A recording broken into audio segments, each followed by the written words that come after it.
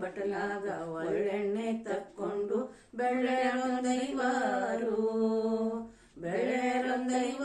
ನೆರೆದ ಮುತ್ತೈದೇರು ಎಣ್ಣಿ ಹಚ್ಚ ಬಣ್ಣಿರೇ.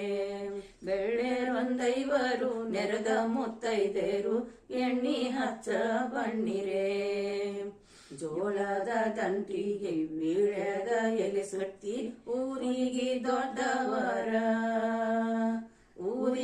ದೊಡ್ಡವರ ಮಗಳ ದಾನಮ್ಮಗ ಎಣ್ಣಿ ಹಚ್ಚ ಬಣ್ಣಿರೇ.